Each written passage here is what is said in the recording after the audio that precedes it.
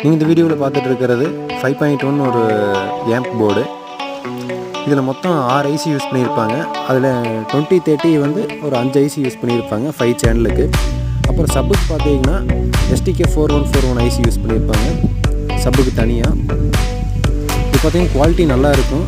இந்த full video வந்து நான் கூடிய சீக்கிரம் அப்லோடு பண்ணுவேன். இது ஒயரிங் கனெக்ஷன் ஃபுல் டீட்டெயிலோடு அப்லோடு பண்ணுவேன்.